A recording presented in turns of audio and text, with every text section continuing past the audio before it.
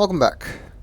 Well, we want to get this door open, and the combination to which we found in the Ahnonay Cathedral. It's the order of the symbols on the walls. And like I said, the combination can also be found in Kadish Gallery, although I did not point that out. I would have gone back here, but there's no shell cloth here. So if I were to link out here, I'd have to link back to the other side of the chair ride and do all that again, which I don't want to. Well, the combination is this one, then this one, then this one, this one, then this one, this one, this one, and finally this one.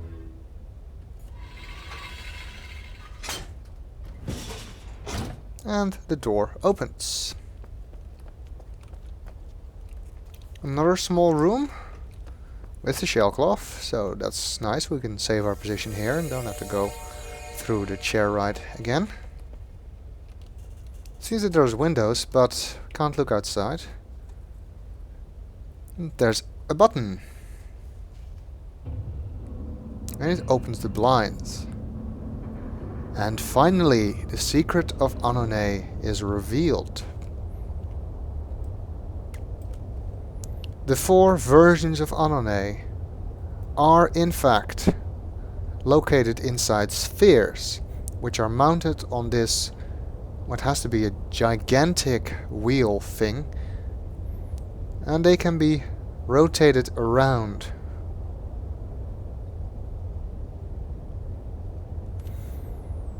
You can see the path we took with the chair, came by there apparently. So whenever you trigger the time travel, either by the pedestal book or using the lever inside the tower in Water Ahnonay, this whole thing would rotate to move another version of Ahnonay into the active position, so that now the linking book as well as the shell cloths all link to that version. Apparently it's set up in such a way that the 4th version of Ahnonay is skipped. So every time you use the pedestal, it would move 90 degrees, except when you're in space Ahnonay, and then it would move 180 degrees, so that it skips the 4th unfinished version. So how did we get into the 4th version?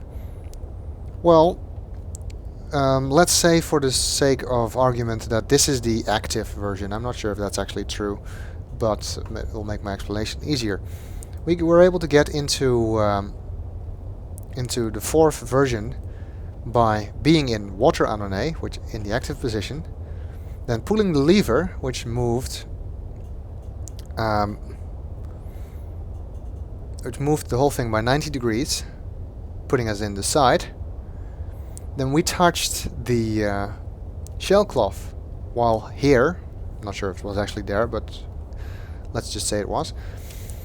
And then pulled the lever inside the control center, which moved us back 90 degrees to the active position, thus putting the 4th version of Ahnonay in the side position where we just touched the shell cloth, so that when we linked back there, we were in the 4th unfinished version, the statue version of Ahnonay. Once there, we could pull the lever, moving that one into the active position. I hope this explanation makes sense. It's very hard to put into words exactly how Ahnonay works. I've tried anyway. I think that with the combination of seeing it like this, and that fiendish Kadish has actually been giving everyone, including us, clues as to how Ahnonay works, because the symbol of Ahnonay is 4 circles connected together, which is actually a representation of how this whole time travel trick works. So yeah, Kadish definitely not traveling through time. just to confirm that again. Which also puts some doubt on whether or not he is the grower. He probably just wanted people to think he was the grower, but I don't think he actually was. So what else is here? There's a piece of paper here. And it shows what looks like 2 barrow caves, similar to the ones where we got the pillars before. These 2 barrow caves are connected. On the left there's a symbol that looks a bit like a clock or a stopwatch or something, with the number 625 in it. And it shows these 3 squiggly lines, which are also shown here. So there's something 625 between these 2. But what could that be? What's 625? Actually, 625 is an indication of a length of time, because this is in a clock symbol. And this particular device over here is a clock. We can turn it on. And you could wait until it finishes. And I think that actually takes the 625 Dunny time units. The Dunny time works very differently from our time. And the units of time they're using here is a pro run T or something like that. And 625 pro run T is approximately 14.5 minutes. So that's how long it would take for this clock to make a full revolution. And we're gonna need that later, but not yet. What else is here? Well, just some cups and bowls, supposed to belong to Kadish. And a barrow linkstone. Well, let's see where that takes us.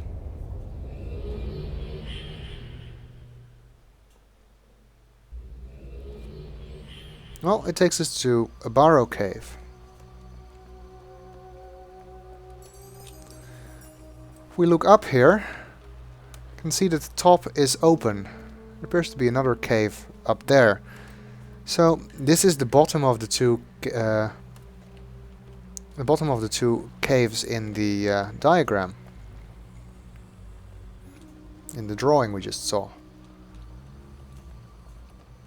There is a number clue here, 532, so that's useful. There's also these 4 squares on the wall, which looks a little bit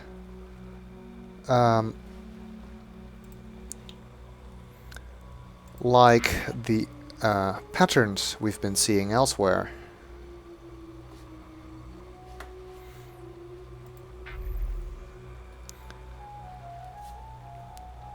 But there's no lines here, so there's no context for the squares. It appears that this pattern is not complete. So we can't really use it yet.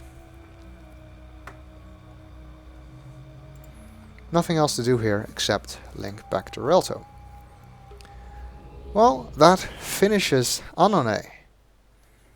There's no pillars to collect here, no barrow caves to go through. The only real reason we're going through all these edges is to find all the clues and to discover things about Kadish. In this case, we discovered that he is a complete fraud. Since I have a little bit of time left, I actually want to show you Kadish Gallery, where the clue was to the door combination. Because I didn't point that out before. Just for the sake of completeness, I think I should show you that. So all of the clues down here we've used before in Kadish to Lisa. So that's not it. But when we go up here, we see these symbols, which are the same as the ones in the Ahnonay Cathedral. There's 4 more on this side. And this is also the order you needed for the lock on the door. The exact same order you can find in the Ahnonay Cathedral. There's 2 different clues, 2 ways you can get the clue to solve that puzzle, which I guess is nice. So, that definitively finishes all we have to do in Ahnonay. So next time we will check out the other age we could reach from the Watcher's Sanctuary, which is Arcana. So, see you in the next video.